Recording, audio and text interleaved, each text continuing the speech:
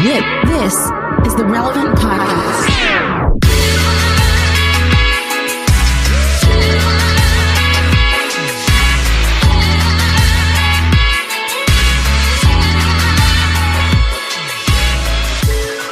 It's Friday, September 17th, 2021, and it's the Relevant Podcast.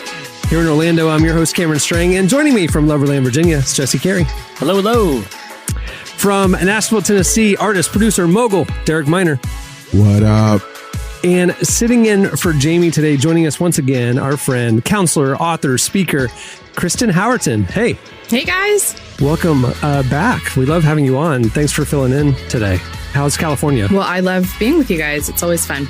You guys have a governor still. Congratulations. Yeah. We do, yes. It's been an exciting couple weeks there. It must be cool to live in a state where the whole country knows what's happening. You know, there could be significant things happening in local politics in Virginia, and I don't think the nation would ever hear about it. But I feel like I know even minor candidates in California pretty well. Hey, Jesse, of course it's national news. A black man running for governor of California, like the fifth largest economy in the world, was saying that slave owners, white slave owners, should have reparations today.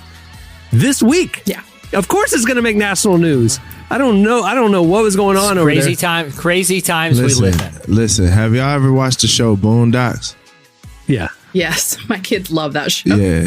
If I've ever seen a real life version of Uncle Ruckus in my life. Yes. Like it's just so true. I've never in my life. I'm like, bro, at this point, I'm like, you like the Dave Chappelle Clayton Bixby character. Like it's like at this point. He was so trying to get white support. He was giving white people stuff they weren't even asking for. You know what I mean? Like, right. We're like, we don't want that. Nobody's asking for that. Exactly. This is going to sound terrible, but like, and maybe, I don't know if this is a good thing or not, but I think just like news fatigue has hit me so hard recently, you know, where I'm like, I could see all the headlines coming out of California and all this salacious stuff. And I'm like, you know what? There's nothing that I can do that will affect the outcome of this in any way. I can't vote there. I'm just going to choose to sit this one out mentally and just like, I'll hear about it later, but you know, I don't have to like put all my emotional investment in all this craziness. Kristen, what's it like being a resident of the fine state of California when everything seems pretty bonkers? Well, I have to say that I am very relieved because, you know, the U.S. has been a crazy place over the last couple of years. And I live in California and often tell myself, you're in California. It's like, you know, it's different. And this recall election had me pretty scared because I think I just would have lost all faith in humanity if Larry Elder became our governor. I mean, he's so bad. He's so bad in so many ways. And I actually think there were people that were for the recall who then once Larry Elder looked like the outcome were like, oh, never mind. Man. Never mind. Look, Larry Elder was saying stuff that was making racist people blush. Yeah. Like it was like white racist people you know, he said stuff race like, hey man, that's a little too far, buddy. You don't think you may want to tone it down a little bit, Larry? Like, he was tripping. He was saying stuff I've never heard anybody say before, like with a mic in front of them. I'm like, I didn't even know that was a thing. Who came up with the idea that white slave owners should have reparations? Like, who came up with that idea? They did get reparations though. That number one, that's actually happened is that after slavery, like the government paid the slave owners for the loss of property. So that's so now you're uneducated.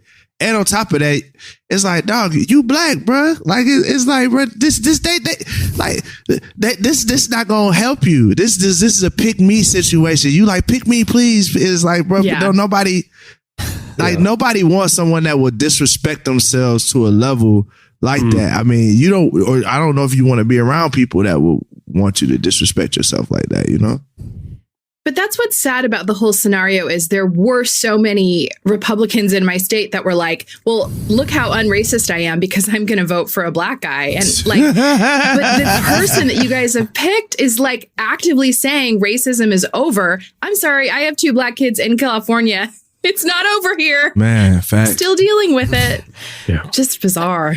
I've said this before. Well, and maybe this is a terrible idea, but I'm just going to throw it out there. Like, I feel like discourse it just keeps it's a race to the bottom every Right. time, right? Because like when people say reasonable things, nobody really cares because it's honestly it's not as interesting, right? Like it's more fun to talk about things that are said or done that are outrageous because it's either gonna like inflame some sort of opinion you already have or it's just funny, right? Like I mean it's pretty much in one of those two things. Like one of the interesting things about how kind of media has evolved and like podcasting has come along that it's really hard for people to get like in a long form discussion and just kind of try to outrageous each other. It only lasts like 5 minutes before they're just normal people talking. Like it just doesn't work in the format for people just to be screaming at each other. I really think if we had like political debates that were more like in kind of podcast form,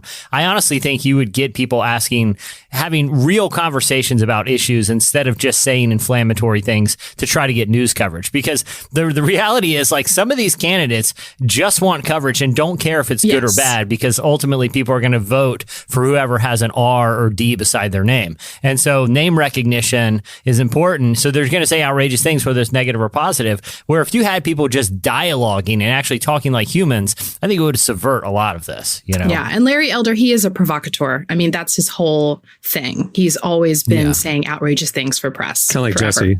That's how Jesse is on social media. Very similar. Yeah. Talking head, saying crazy things. Yep. Very much. And running for fringe political office in my It's state. safe to say Jesse is the white Larry Elder. Whoa. I am. I'm prepared to say it. I'm trying to recall our governor, and I don't even know if we have that policy in place. You don't even know who the governor is, but you're gonna recall him. I dissent, sir. Or ma'am, whoever this governor is. He or they. I dissent. You are recall. I recall you. I'm a recall. You're a recall. All right. Well, we have a great show in store for you today. Coming up later, we talk to, I don't know, just an A-list celebrity. Jessica Chastain is joining us today. Her new film, The Eyes of Tammy Faye, opens, and she's on the cover of the fall issue of Relevant, and we have a pretty in-depth profile with her there. You should go check it out. But we talked to her today about the movie, and she plays Tammy Faye Baker, and it's actually it was a passion project for her. She read the biography about 10 years ago and really worked for the last decade to get this movie made, and it releases today from Searchlight. So that's exciting. I feel like, coming out of like Righteous Gemstones, the Danny McBride televangelism HBO short run series, coming out of that, it made me realize how much untapped material there is in the world of like the evangelical sort of cultural heyday that we're sort of, which has kind of slowly been fizzling out over the last like 15 years. But when you look at not just the story of like the Bakers, but, all the major like religious scandals that involved really interesting people, like whether their legacies are, positive or negative, I think the least you can say about a lot of those, major religious figures that kind of took over American culture for a while. At the very least, they're very interesting people. Sure. And, their stories, none of them set out to be like a villain or, someone who's more known for a scandal than their ministry. But I think they're all super interesting. I'm really excited to see The Eyes of Tammy Faye just because I feel like that world is just inherently interesting. And I'm glad her approach seems to be one of compassion for, someone who was involved in a lot of, kind of scandalous events. But it seems to be an approach of a good faith look at the humanity behind a situation that sort of spiraled out of control. I just remember in the late 80s, like when they were ubiquitous. I remember I was at a mall one time and there was not Hot Topic, but like Spencer Gifts or whatever. They had a t-shirt and it had like fluorescent smudges all over it. And then it said, I ran into Tammy Faye at the mall. Like it was her makeup smudged all over the t-shirt. Do you remember that t-shirt? Whoa! I do. I totally remember that. He's good. Like she ran into you, and now I have all of the makeup splotches all over my shirt. She was a cultural figure. There's a lot of our listeners born in the 90s that don't know the impact of Tammy Faye and Jim Baker. I'm gonna be honest, I don't know nothing about neither one of them. So it's like I'll have. They had not only PTL, huge TV show and ministry and stuff like that, but they built a theme park in outside of Charlotte, and it was at the time the second largest theme park, only to Disney World. What was the name of the theme park? They had a Christian theme park. Heritage USA. Yeah. Wow. Yep. It was so. What did you get saved on the rides or something? That like it wasn't a lot of rides. If you go down the ride and then you get too scared, you just say Jesus' name and then you good. They did have a Christian theming to each ride, but like I remember there was a big like water park part of it, and there was like a big water slide. Like, and did you go there? Did you go to the park? When I was a little kid? I remember the water slide. Man. No, my parents were deep in that world. My dad ran Charisma magazine. I mean, that was. Those people came over to the house. You know what I mean? It's like, I just Googled her. She wore a lot of makeup for sure. That's what she did. That's what the gimmick was. Yeah. She wore a lot of makeup. Oh my goodness. Oh, I'm sorry, guys. Well, what's crazy about this movie is like Andrew Garfield plays Jim Baker and Jessica Chastain plays Tammy Faye. It's insane. It's coming out. I'm gonna go see it. It's only in theaters on Friday. It comes out. Also on the show, we have relevant news. And at the end, you guys, we're bringing back audience participation stuff, and we're kicking it off with Ask the Cast. You guys sent us a ton of great questions for the cast, and we will get to that later. All right, stay tuned. Up next, Tyler joins us for relevant news.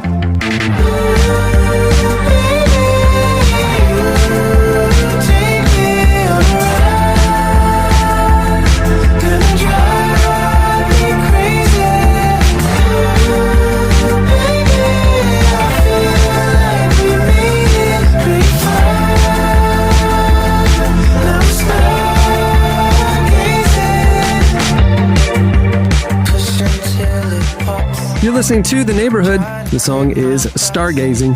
Well, today's show is brought to you by UHSM. I know we're all tired of the rising costs of healthcare, and that's why we're so happy to share a little bit about WeShare. WeShare is a health sharing program powered by UHSM, a Christian health sharing ministry.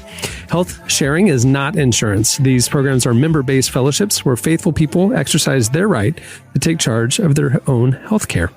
Learn more about how WeShare is restoring faith in healthcare at weshare.org. That's weshare.org. Okay, it is time for Relevant News. Covering the intersection of faith and culture. Please welcome to the show, Relevant Senior Editor Tyler Huckabee. Hey, man. Hey, everybody. So what's going on this week? Well, we're going to talk about Facebook. What? It didn't have to be like this, but we do need to talk about Facebook today, and I apologize in advance because I know this is don't turn it off because I do think this is going to be interesting. I haven't been on Facebook in almost 2 years. Do y'all still go on Facebook? Why are we talking about Facebook? That's why. Yeah, I understand. Did your mama send you a little memory thing or something? According to my Facebook feed, some very concerning things are happening behind the scenes politically right now. You would not believe what I'm reading out there. Oh, I use it for research. It almost seems like fantastical. I use Facebook for vaccine research. That's where I get my news. Oh yeah, that makes a lot of sense. Yeah. Get off. Listen. I have two sources. One is my Facebook feed. Two, weirdly, I just try to stick in line with like whatever Nicki Minaj is saying, and she does her own if she's research got any too. advice one way or the other. So, I feel pretty well informed. Speaking of, I'm really excited. I'm actually going to a cousin's wedding here in a few weeks. I haven't checked in on the. How's he doing? Yeah, well, I haven't heard any. I haven't checked online recently. I got the save the date. I saved the date. Well, inadvertently, you all are kind of getting into the reason that we're talking about Facebook today, because obviously the reason that that we are not on Facebook as much as a lot of us used to be, if we're still on it at all, is because it's become a very toxic and angry place with a lot of misinformation and extremely divisive. Now, as you might imagine, Facebook is not unaware of this. They've been kind of wrestling with this internally for a few years now, but some new reporting does reveal the depth to which they're aware of this and how resistant they've been to doing anything about it. A new report from the Wall Street Journal found that in 2018, right during the midterm elections when things were really at their peak in terms of political divisiveness, Jonah Peretti, he is the chief executive of online publishing at BuzzFeed, emailed Facebook and he wanted to share his concerns about the platform with them. BuzzFeed, probably one of the few publishers out there that can really get Facebook's attention. That what they were finding internally at BuzzFeed was that the more angry and divisive an article was that they wrote, the more engagement it would get online. They would try to do sort of the fun things BuzzFeed used to do, like the fun little like cat and animal videos or rewarding stuff about like, silly gifs. That wasn't working anymore. They needed to do stuff that was either that would be sort of triggering, that would set people against each other, that would come down hard on a certain controversial political side. And they said, we think that you guys at Facebook need to be aware that we are being rewarded. We as publishers are being rewarded for producing toxic content. And we don't think that's a good thing. Facebook, of course, was aware of this. And this was actually the result of something that they had done a couple of years earlier. They changed their algorithm away from things like engaging with brands, engaging with news stories, towards what they called meaningful interaction engagements. What they wanted to do, what they hoped would happen, is this would encourage people to interact more with friends and family than it would with BuzzFeed and the New York Times. They thought this would ultimately be a good thing. And according to them, they thought this would be very healthy for Facebook users to be pushed towards actual personal interactions instead of watching videos and brand content. But what ended up happening is almost the opposite. This ended up incentivizing brands to try to act more like toxic people, right? You ended up being somebody who tried to create something that was sensationalizing, something that was sort of over the top, that was exaggerated, that would get that human response, that human interaction from people who are using Facebook. So BuzzFeed made them aware of this. They did a long, in-depth study on all of this. They found out that it was very true. Facebook was very bad for its users' mental health. It was pulling families apart, and they decided not to do anything about it because they have not had this much engagement in years, which is why they are going to continue They're on. a publicly traded company. They don't care about mental health. They care about clicks and ads. Yeah. That's it. Listen, and when I think about the term meaningful engagement, I think about some lady that my mom used to go to church with posting that John F. Kennedy Jr. faked his death and will be soon instated as the vice president of the United States. That is meaningful, people. Or the friend of your wife who got into selling leggings and is doing a Facebook Live to talk about her new shipment. Well, to be fair, I'm invested heavily. And I'm about midway up the pyramid. So are you wearing leggings right now? Are you wearing some LuLaRoe leggings right now? I am. Soft. I'll be honest, that wasn't initially my sales technique, but I'm sitting on a lot of inventory right now. So if I'm not wearing them, it's just wasting You're literally money, so sitting on them. You're sitting on a pile of leggings. Quite literally. I have a tremendous amount of inventory. That's it's a little slow right now, but it'll pick up. Last night, I actually watched a 4-part series on Amazon Prime on LuLaRoe, the leggings MLM company that exploded in the late teens. Very interesting. It is something that I think something you hear a lot, something that people express a lot is why don't people write more about good news? Why is it always bad news on the timeline? Why can't you focus on good stuff? And we've said that too, Irrelevant, that we want to try to focus on good news, encouraging things in the world, and it just doesn't get any engagement. Because it turns out that's not entirely people's fault. That's sort of by design, right? Like Facebook is not going to reward people who try to focus on good news, on encouraging news. They're instead going to reward the more divisive content. We certainly see that at Relevant in terms of our own internal metrics that we see. And we don't like to play into that. We try to resist that. But for brands who may not be as ethically engaged as Relevant tries to be with our content, they're obviously going to pivot to that. And they're going to be financially rewarded for doing it because Facebook remains the most important driver of traffic for any content platform out there. So that's why your aunt, your grandma, your parents are posting this ugly content that seems like it's causing a lot of problems at the Thanksgiving dinner table, is because that's what brands are incentivized to send their way. That's crazy. It's crazy. I mean, we're seeing the same thing on IG too, which is owned by Facebook. If we post, people are like, if we post something, about vaccines or something that's divisive, huge engagement, not just people arguing, but just tons of likes and stuff. And then people are like, why are you being divisive? Why don't you post more about Jesus? And we're like, okay, cool. So next post we'll do connected to one of our articles will do a thing about faith and like loving the Lord and something positive, and it's absolute crickets. Yeah. Now you could do 10 posts about Jesus and it would be zero engagement. And then there's the one post that you just mention vaccine and then boom, it explodes. Or mention whatever the thing that's driving everybody crazy. And that, this is a very scary time because it's easy to manipulate. It's way easier to manipulate people now. But it really feels like you could just find the thing that everybody's mad at and just twist the knife as much as you can to get people. And it is tempting to, as a content creator, to lean into that outrage machine, because it does get clicks. I mean, I know if I do a snarky post about Rachel Hollis, it's going to get a lot more attention than, talking about my kids or, talking about regular life. And I think that it's a temptation for everyone on every platform. I don't know that this is Facebook specific because Twitter's the same. Facts. Twitter's absolutely the same.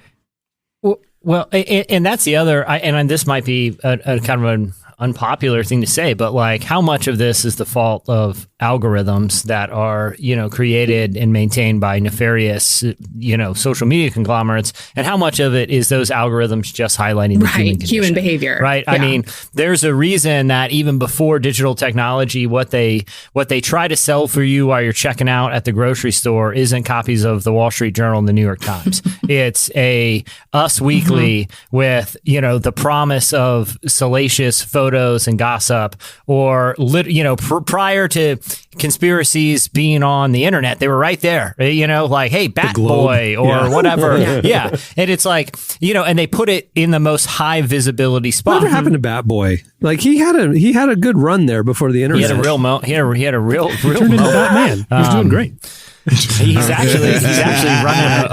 He's actually running a recall campaign in some state right now. I mean, he's getting quite a bit of attention. But what I'm saying is, like, if it's not social media, which happens to just be a really powerful engine for being able to measure the collective sort of consciousness of its user base, it's going to just creep out in other areas. Like, how much is it even Facebook's fault that its user base is hungry for a certain type of content and engages with it more, and how much of it is just, hey, that's the human condition, man. It's like, this is, if we want to make real change, we can put little stopgaps in technologically, but it's going to find its way out, like those sort of impulses. And that's not me making an excuse for Facebook, but I also think that's part of the reality of this, Well, I don't think it's Facebook's fault per se, but then the question becomes, is it Facebook's responsibility, right? So if humans are behaving horribly on their platform, do they have a responsibility to kind of rein it in? Well, I guess the question would be, how do you actually rein in the fact that people are drawn to negativity over positivity? I don't even know what you could do besides, I don't know. That's how I think Facebook just says, hey, we've created a gathering space for you. Whatever you do when you gather is up to you. Right. We just want to create an environment for you to feel welcome. You know what I mean? But the algorithm does incentivize a certain type of human behavior and content. Like there may be a human predilection towards that, but they are still going to be looking to get rich off of that predilection, because they could make an algorithm that deliberately boosted posts that were more encouraging and unifying. Like, that is something that they would have the ability to at least try to do, but they haven't done it yet. Is it because there's not enough money in there, or is it because they themselves like that, or they're being their investors want that? I don't know. There's probably a lot of different reasons going on in there. I don't mean to paint them out to all be like deliberately trying to tear the country apart, but I think there are options that have perhaps been left untried here that would reward a certain type of human behavior. I mean, what about just going back to the option of, do you remember back in the day on Facebook, it just was in order. There was no algorithm. Like it was just in order of whatever your friend said. So you'd read through it till the end and see new content as it came in. Like, that seems like maybe a solution. The algorithm's the moneymaker though, because if I put it back in chronological order, then now there's no need to pay me for ads. You see what I'm saying? And different things like that. So that's the moneymaker. But I have a homie that he used to do I guess they would call it quality control for Facebook. And it's like, so as negative as the posts are that we get today, there are posts that will never see the light of day because there's someone there who's constantly looking for the worst of it. He said, I lost all faith in humanity. I know that's why I'm not on Facebook anymore. I kept posting and it wouldn't even show up anywhere. And I didn't know what was going on. Yeah. I really had a few things I needed to get off my chest. You know what I'm saying? Listen, I was volunteering with the Bat Boy campaign. What is the Bat Boy? Y'all gotta help me out because I'm lost. This is you know that weird tabloid at checkout called the Globe, the World or Weekly World News or whatever.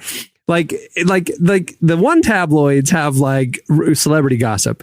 The Globe and Weekly World News like would make up stuff about UFOs. Aliens and things and all that. And so they have this one where like Bat Boy was found, and it was like I don't know why that just stuck out to me. So did they create like a prosthetic thing and it's all fake They news? would cut out pictures and like it looked so fake. It was terrible. Yeah, it was literally fake news before fake news entered the consciousness. I never understood like who's paying for this. Like why do I want to be like told stuff? Somebody is enough that they put it right there.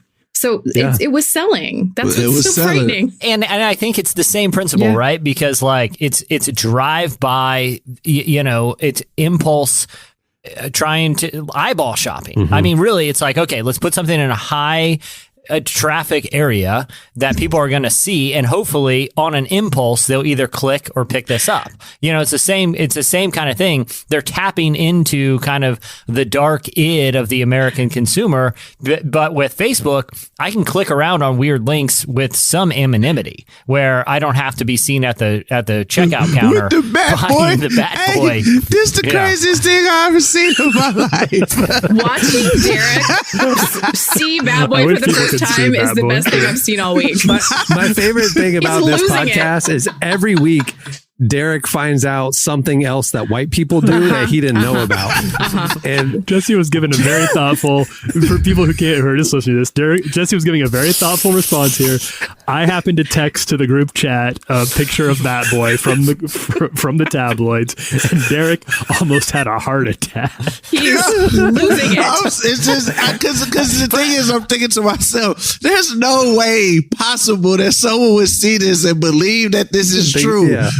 But Derek, it looks like a regular newspaper. It was the whole business model of like Weekly World News and Globe and all those was just to put in outrageous things on the cover that were unverified, like were absolutely false. And it would be like Bill Clinton, meets with alien boss. Right. Or and something. like it would literally show like the president meeting with an alien and at the White House. And you're just like, who's believing this? Oh, that explains a lot. That's why you got the conspiracy theories and stuff popping right now. The lizard people. The lizard people. They drink the blood of babies.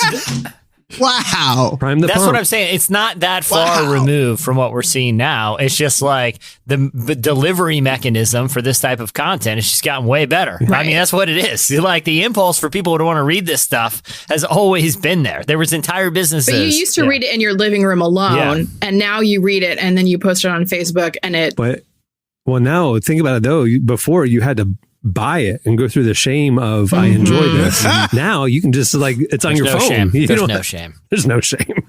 Yeah, I'm walking out of the grocery store going like this. Did you guys see this? They found Bat Boy. He's in a cave. Scientists found the president. Bat Boy. Yeah, and he's got a meeting with an alien and the president. How is this not on every newspaper? This is huge, people. Man, that's crazy. Like what the thing is, I think I have seen this. I just never seen that particular thing, but I have seen some stuff. I guess maybe look, man, my mama was one of them ones like, when you go in the store, you don't touch nothing, you don't look at nothing, don't breathe on nothing. And so I just never even would look at any of those magazines. I know I won't be able to buy nothing anyway, but that's just crazy that people actually like believe that. Hopefully people are buying it. Was buying it for entertainment though, right? Like there weren't people that were actually millions every week. Their circulation was in the millions. That's the crazy thing. It's like the reach. There's a great bit in Men in Black that they buy it for tips on where to go next for That's funny. All right. Well, that'll do it for Relevant News. Follow Relevant on all the socials, Twitter, Facebook, Instagram, and more, where we are covering the intersection of faith and culture every day. We're posting a ton of stuff. Follow along. All right. Thanks, Tyler. Thanks, everybody. Stay tuned. Up next, Jessica Chastain joins us.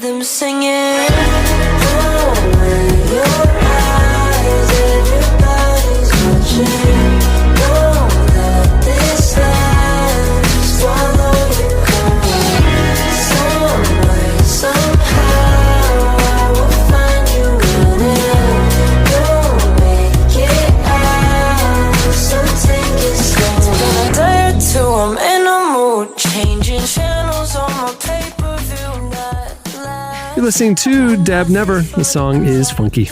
Well, our guest today is Jessica Chastain. She's a producer and actress who you know from movies like Zero Dark 30, Molly's Game, The Tree of Life, and Interstellar.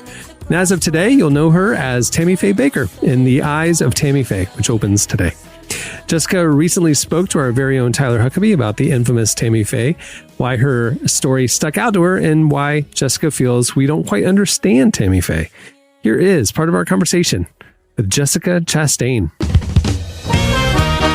It's all part of our mission to help people. Anyone who's hurting or they feel like they've been left out, God has a plan for us. What'd he tell you to do this time? Jesus keeps a taking me higher and higher. Jim will preach and I'll sing. Higher and higher.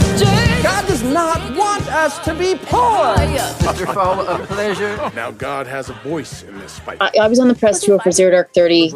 I was jet lagged and the documentary came up. I had seen it before, but I was like, oh, I'll watch this. I like this movie. And then I was, she's amazing. Why hasn't anyone made this movie? And then the Steve Peters interview came on and I realized like how punk rock she was. She just, in a time,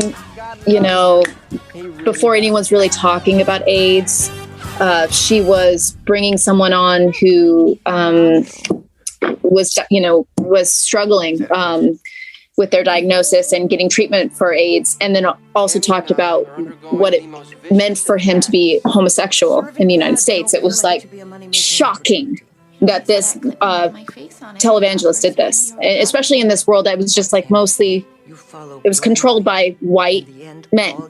And here she is, and she's just kind of like, God loves everybody. He loves you just the way you are. And what a radical thing to say, to remind Christians of. Steve is a patient of AIDS. I can't look at this. You need to get her under control. I built you an empire. You built you an empire. Some people, they're just hurting so bad, and we just need to love them. I want to put my arm around you. And I want to put my arms around you, Tammy Faye. I knew kind of like the joke of Tammy Faye. I knew her through comedy, like satirical shows and sketches, which also, so I was like, oh yeah, the makeup running down her face and all that stuff. And I started to do the research. I was like, there is not one video of making makeup running down her face. And even she says she wore waterproof mascara. I'm remembering it from a sketch comedy show. So it was a rude awakening to kind of revisit my childhood and realize that my perception of the truth wasn't actually the truth. It was just something that had been fed to me that I just came to think was the truth. Up until now, society has spent a lot of time, I'm saying up until now because I hope like we're moving into a different direction, a lot of time like telling women how to present themselves in the world, like pantsuits and short skirts and like you're wearing too much makeup, you're not wearing enough makeup. There's so much attention into how a woman decides to show herself.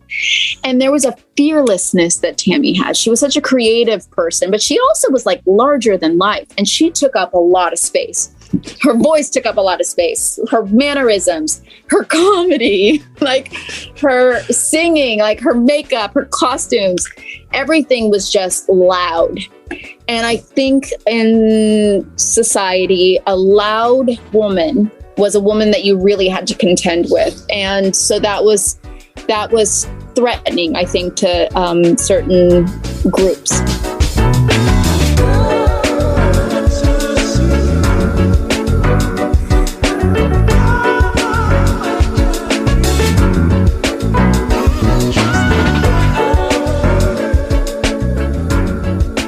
perception questions that people have, I may be doing something that's different. But also, this is something I've studied. I got the rights 10 years ago. I've been studying this for 10 years. I've watched every single video I could find. I've listened to all the audio. I've talked to family. I've talked to people who worked with her. I've read all of her books. I read her son's book. I read books on PTL. I have done so much crazy research. One thing that made me happy is recently I came across the podcast You're Wrong About. I'm not sure if you, and they have an episode last night. Yeah. Okay. So as they were going through it, they were going through the story and I was like, it's kind of like it goes with our film. And the reality is we didn't, like, the podcast came out after we made the film. So it was kind of like, and the script was written. So all the research kind of goes like, well, if you do your homework, you have the same story.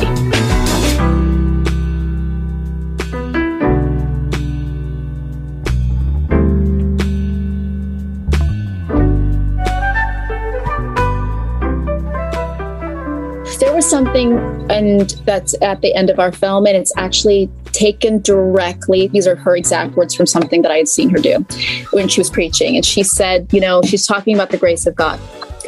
And she says, without that beautiful grace, I wouldn't be here today. And she said, that grace that reached down and said, Tammy Faye, I love you, and I love you just the way you are. God's grace is sufficient enough for you today too, and he loves you just the way you are. And that to me is everything about our movie is trying to say. That to me is, I could get emotional talking about this. Even if you feel unloved, even if you feel unworthy, even if you've made mistakes in your life, even if you feel like you've been thrown away by society or you've been judged upon, you are worthy of love. And Tammy strongly believed that. And I think that's why so many connected with her, because there was something in her that saw the grace in you. And it's a good reminder to have someone see that.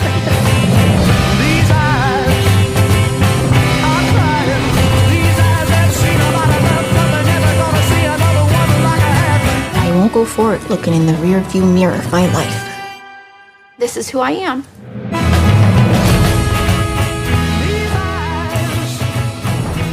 I wasn't baptized and I did not grow up in a religious household. In fact, my family had some negative experiences in organized religion, and which is why they chose not to raise their children in it. And through working with Terrence Malick on The Tree of Life, I studied a lot about faith. I consider myself my life is deeply based in faith. And Tammy Faye was someone who could reach those who felt like they had no connection to grace, and to remind them really that for her, and this is also what I believe, that it is love. That is what it's based on. And so I'm hoping that those who see the film are reminded in that, and also maybe some who, like me, did not grow up with any kind of connections to an organized religion, it will make them feel loved beyond the present, loved beyond this world. And perhaps that'll make them feel closer to humanity.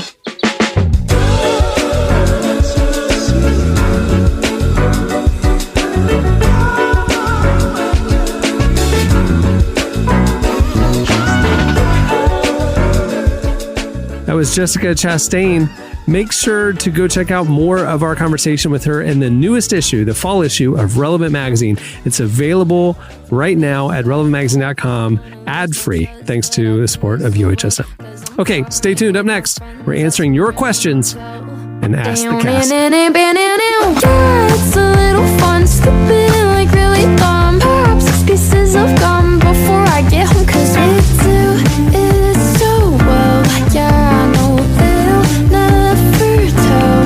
And we're driving a little fast, pieces wasting my gas, eating pasta in the back, spilling our minds out, wish our secrets farewell. They stay in this random hotel.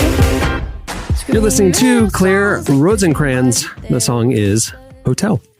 Well, today's episode is brought to you by podcast creation platform Anchor. If you haven't heard about Anchor yet, it's the easiest way to make a podcast. First of all, it's free. There are custom tools that allow you to record and edit your podcast right from your phone or computer. Anchor will then distribute your podcast for you so it can be heard on Spotify, Apple Podcasts, and every major platform. The cool thing is you can also make money from your podcast with no minimum listenership. It's everything you need to make a podcast in one place. Download the free Anchor app or go to anchor.fm to get started. Okay, it's time for Ask the cast anything you want, and we'll use our brains to answer. Okay, so we went on the Relevant Podcast Twitter account this week, and we asked you guys if you have any burning questions for the cast, and you guys did not disappoint. There are a ton here. A lot of them are really dumb, though, so I'm going to also augment these with table topics cards that I will select at random. So, all right, so we're going to kick it off. That's it. Just, round robin here. I'm just going to ask you all questions the burning questions that the audience wants to know. So here they are. Scott Poirier on Twitter said, what is one conspiracy theory that you would like to find out is true? I thought that was funny with the Bat Boy conversation earlier. Come on, Jesse. You got a few. Oh, I have. Okay, I was actually talking about this one. I did a podcast with this recently. That I think that it's not totally implausible. That I'm not saying that the moon landing was fake. I think we landed on the moon in the 1960s. But I do think it's entirely possible. There's a conspiracy that Stanley Kubrick, the famous film director, actually faked the moon landing footage. So basically, like we were gonna make America was gonna make it to the moon, but it's 1960s era tech here. I mean, I'm looking at you on Zoom, and you're getting a little pixelated, and you're just down the coast from me. So it's not implausible to think that NASA was worried about the video feed going back, because it was like, look, video or it didn't happen, right? Like that was the big triumphant thing. We got to show them landing on the moon, so that in order to make sure that no technical glitch would happen back in the 1960s, they had Stanley Kubrick fake a moon landing, like the footage, and then aired it as the real footage, and that his movies that are coded with confessions that he was involved in this secret plot with NASA. And if you watch The Shining is actually embedded deeply with codes and imagery that confesses that he was a part of this plot. I don't think it's necessarily true, but I think it'd be pretty cool if it was. That's interesting. Also, Bat Boy is alive. You guys got any? I'm not a really conspiracy person, so I don't really have any. Maybe if the vaccine gives you 5G, that'd be pretty cool. Oh, I would love that. Free internet? Sign me up. I'm also ready to be microchipped. Like if I could just have something in my hand that's my debit card, my passport, if I don't have to keep remembering things, I'm totally it's down. Be your phone. Like, it's your phone. That's what Apple's but just doing. put it inside me. I'm ready. I'm available. Back of the neck. Elon Musk is working on that. Kristen, if you don't stop this right now. Kristen, what if because I like the hand, but also I feel like sometimes I just want to look right into a scanner, maybe right in the forehead or some solution like that. If they could simultaneously put it in my forehead and get rid of my frown lines, I feel like there's a real market for that. Like Botox. So you're saying you go down and get some Botox in the forehead. And your microchip. Yeah. I'm down if it makes me look younger and I don't have to keep remembering my credit cards. Listen, I have Bill Gates do all my lip injections, and they look fantastic. Not only do they look perfectly plump, but he can see wherever I go, which is very important to Bill Gates. He's very concerned about tracking everyone. All right, Brandon Spencer asks you guys, if you had a Bruce Almighty style experience of being God for a day, what would you do or change? Wow. I mean, I feel like I want to give the Miss America answer and say solve world hunger, but I also feel like there might be some petty things. Like, I don't know, like I think I would do something horrible to the Kardashians. You know what I learned today? You know what I learned after the Met Gala? And there was that picture that became my favorite meme on the internet of Kendall standing next to Kim. Like I was like, what? I Googled, how tall is Kim Kardashian? Because Kendall was like a foot taller than her and they were both wearing high heels. Did you know Kim Kardashian is only 5'2"? Really? And Kourtney is only 5'1". Wow. And then how tall is Kendall? She's super tall. Like 6 foot. Because if you look at them standing next to each other, there's a foot difference. Like Kim comes up to her upper chest, like below her shoulder. So I just thought that was interesting. I'm gonna let y'all know I'll be pretty petty. Like I ain't gonna, especially all right. Look, first of all, if I know I'm only gonna get to be God for a day, you know what I'm saying? Right. I'm gonna go ahead and get my money right, because when this God stuff over with, I'm gonna still be rich. Like, so we're gonna go ahead and get that taken care of. Then all of the people that was messing with me on Twitter for the past 10, 15 years, y'all in trouble. So what would you do to them, though? Are you just going to like... How would you smite them? I would probably put your booty on your face. See, I thought you would just say like you would block them from social media. And they would no. That's not you are literally going to rearrange their anatomy. I'm going to put your butt on your face because you were being a booty face. So I'm just going. You're going to have a butt face. They're talking out of their butt. Yeah, so now they're going to literally talk out your butt now. You know what I'm saying? Like, let's see what else we would do. I have all. I mean, I can't even. It's inexhaustible the level of pettiness I have. So. It's sad that I'm going petty as well, but I will say, but I would make it even more subtle. Like I would make it even more subtle, so they don't just wake up one day and we'll be like, "Wait, booty faces. Why is there booty on my face? Is Jesse God today? Is that what happened here?"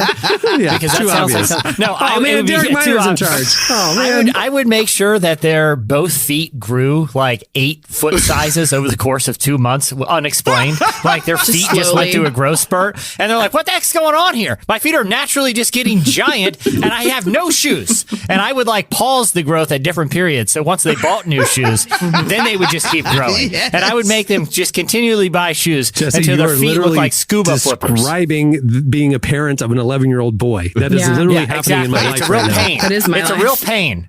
Yeah, it's a real pain, and I would subject them to that. Jesse, I'm not going to ruin their lives. Very soft, petty, like shoe size. That's very nice. Jesse's a kind God. He's like, it's on and popping. Everybody with a deep voice that was making fun of me, I'm gonna make it high pitched. Like I'm just gonna do all. I'm gonna make. Matter of fact, I probably would just make them all sound like they just been sucking on helium. That just would. We'll just do that. So again, if we somehow became an omniscient, loving God for a day, it's not what Kristen talked about: solving world hunger, violence. I'm gonna do some good stuff, like bringing justice to the injustice. No, it's all the petty stuff. There's a list. Derek's got a list, and he's going down it. Just checking it so off. We just gonna start off with that because that's just gonna be like, that's gonna appease my wrath. Then after that, we'll get to like world hunger, and you know what I'm saying.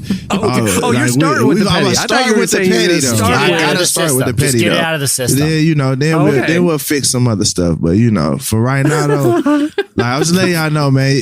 Everybody that was hating on me, bro, just know if I get to be God for a day, and you got a booty on your face, you're coming for them. It was me. You know what I'm saying? Yeah. And if all of a sudden you're a normal sized person wearing Shaq shoes, John B asked us on Twitter, name a musical artist or a film that you love that would probably surprise people, one that doesn't fit your usual MO. So artist or film that you love. Listen, I'm ready to say that I love Yanni. I do. I really love. I thought you were going to say the Yanni. Fast and Furious movies. Yanni. I don't. Interesting. And I stand by it. I've still never seen one, except I'm ready for the Fast and the Furious musical. I am excited about someone doing that. Wait, that's happening? I don't know. People have done it, like little versions of it on TikTok. That became a meme, and it brought me a lot of joy. But I like the musical artist, pianist, new age classic weirdo long hair Yanni. I like him. It's very years peaceful. ago we had the Adonis of a man, John Tesh, here on this very podcast. I mean, and similar. we did a deep dive, hour-long conversation with John Tesh, and he told us stories about in the 80s. He was living in LA, and he and Yanni would regularly go to the beach and play shirtless volleyball, much like in the Top Gun scene. John Tesh and Yanni were like prolific shirtless volleyball guys in the 80s in LA. I thought that was quite the mental picture. I could see that. I would say I would say I have a somewhat of an affection for the music of Steve Winwood.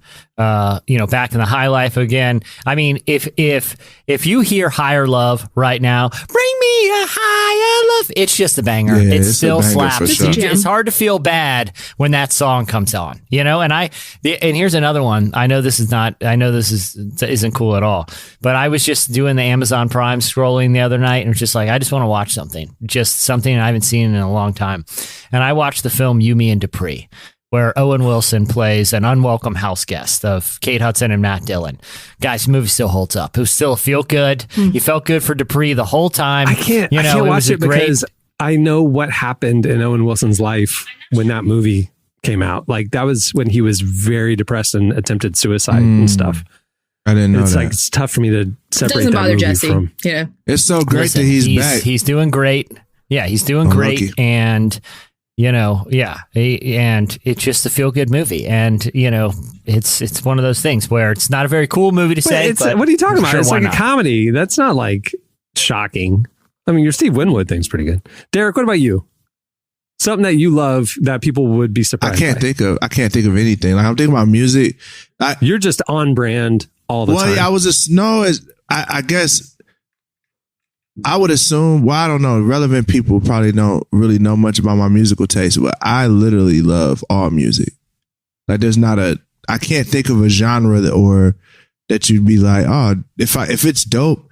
Well, especially when it comes to music, especially if something is popular, I'm never like, oh, this is trash. I'm like, well, why do people like this? That's always my first question. It's never, oh, this is trash. I'm always asking why.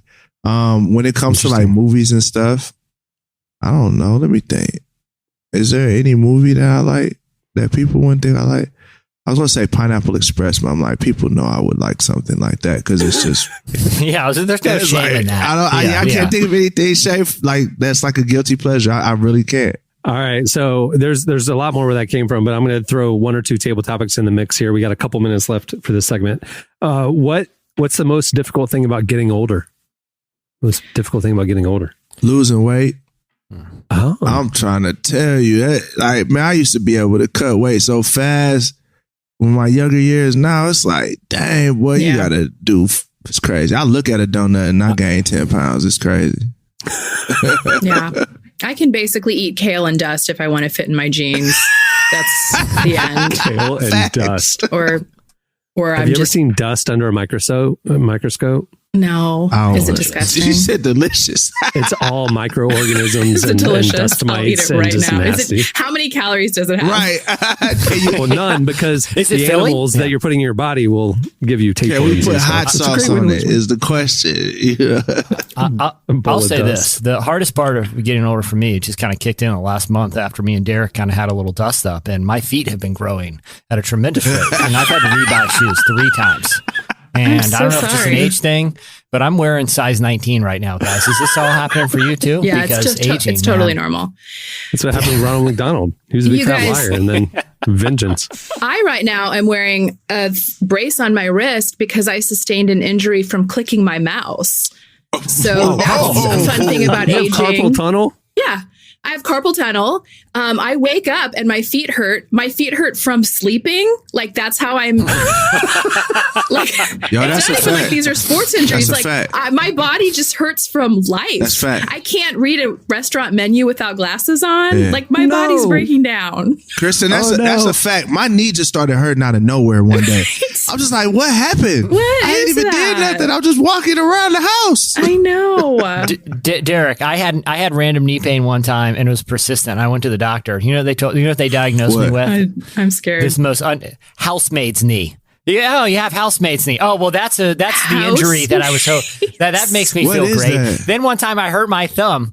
It's basically I was attempting to fix something, just actually breaking it further. He's in my home. terrible at DIY. Yeah, exactly. I don't even try anymore. But I was on my hands and knees doing something, and it's something messed up in my old man knees. The other embarrassing injury I had, it was when my kids were a little bit younger. I was picking them up, and my thumb started hurting. It was like the carpal tunnel thing, and they diagnosed me with mommy thumb. So I had mommy thumb and housemaid's knee at the same time. Wow. double injury. Mommy thumb? What's mommy thumb? I never heard of none Mommy of thumb this. and housemates. These are Virginia diseases. Like these are they are exclusive. I don't to think you were the real Virginia. doctor, man. Yeah. I think Did you go to a midwife?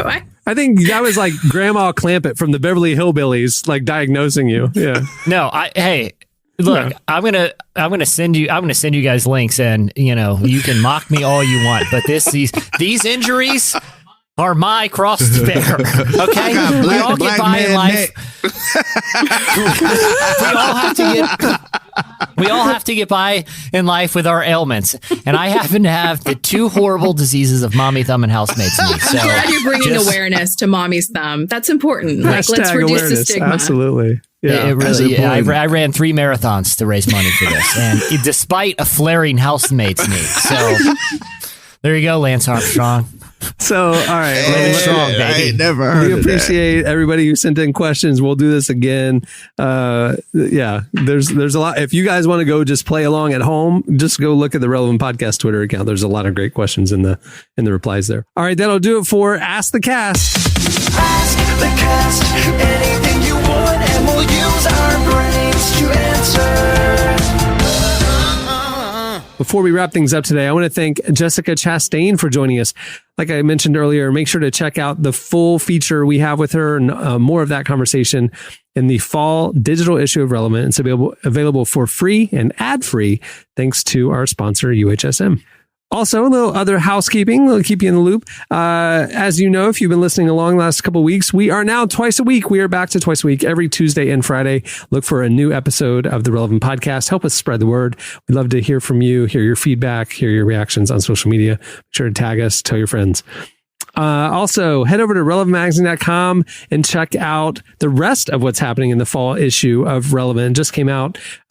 We've got incredible, thoughtful conversations with Jennifer Hudson, Hillsong Young and Free, Andy Mineo, and so many more. We talked to Dr. Francis Collins, kind of the premier scientific expert about the pandemic, he also happens to be a believer and one of the most brilliant people ever. He's in the issue as well. So much good content. Go check it out. It's available at relevantmagazine.com. Also, make sure to follow us on Facebook, Twitter, and Instagram to keep up with what's new and to submit questions to the cast for upcoming episodes. We have some fun ideas coming up that you'll definitely want to be a part of. You can follow us on Twitter specifically for the show at Relevant Podcast.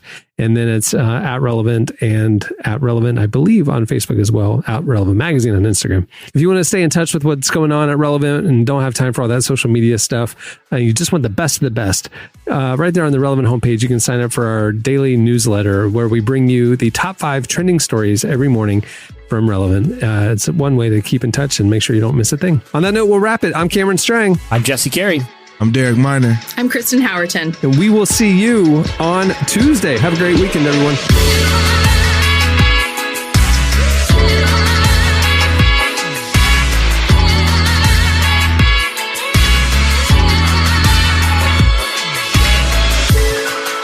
Thanks for listening to the Relevant Podcast. Check out our features, interviews, and news updates every day at relevantmagazine.com. And make sure to follow Relevant on Facebook, Twitter, and Instagram for the latest. For more great podcasts, browse the shows on the Relevant Podcast Network, which you can find at our site. And while you're there, don't miss the all-new era of Relevant Magazine. A new issue releases every other month at relevantmagazine.com.